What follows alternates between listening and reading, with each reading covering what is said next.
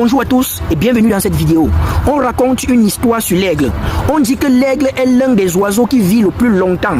Écoutez attentivement cette vidéo jusqu'à la fin et vous allez tirer un très grand bénéfice. On dit que l'aigle peut atteindre un âge avancé parce qu'il est fort, lucide et solitaire. Mais arrivé à un certain moment de sa vie, on dit que l'aigle se retrouve face à une décision impossible d'éviter. Première étape, ses griffes deviennent très vieilles. Elles ne sont plus assez tranchantes pour attraper des proies. Ce qui faisait justement sa puissance commence par le trahir. Deuxième étape, son bec se courbe, s'use, devient trop lourd. Il n'arrive plus à se nourrir comme avant. Ce qui lui permet de se nourrir devient un handicap. Troisième étape, ses plumes deviennent épais et lourdes. Elles collent à son corps. Il vole de moins en moins bien. Il sent qu'il ne peut plus continuer comme avant. En ce moment-là, on dit que l'aigle a deux choix. Continuer ainsi et mourir lentement ou accepter une transformation extrêmement douloureuse.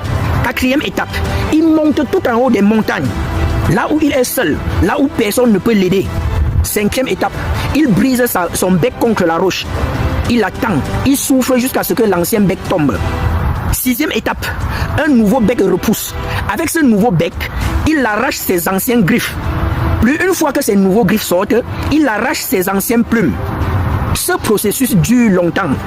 On dit environ 150 jours de douleur, de solitude et de patience.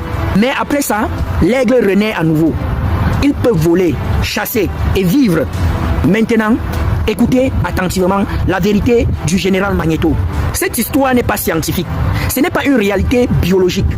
C'est une illusion, une allégorie, une image. Mais son message est réel. Elle nous explique une chose essentielle. Dans la vie, il y a des étapes où continuer comme avant nous détruit. Parfois, il faut se débarrasser de certaines choses. Parfois, il faut se débarrasser de certaines personnes.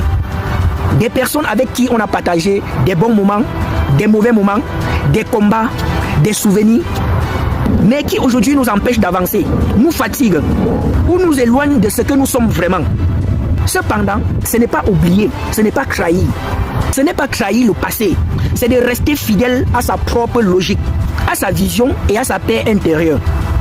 Il y a des moments dans la vie où il faut accepter la solitude, la douleur du changement pour ne pas mourir intérieurement. C'est parfois perdre des gens pour ne pas se perdre soi-même. C'est la raison pour laquelle je vous dis toujours, n'ayez pas peur d'être seul quand vous défendez vos convictions personnelles. Si l'histoire de l'aigle t'a plu, like, commente et partage. Et surtout, si tu as envie que je te raconte une histoire pour faire le parallèle avec ce que nous vivons au quotidien,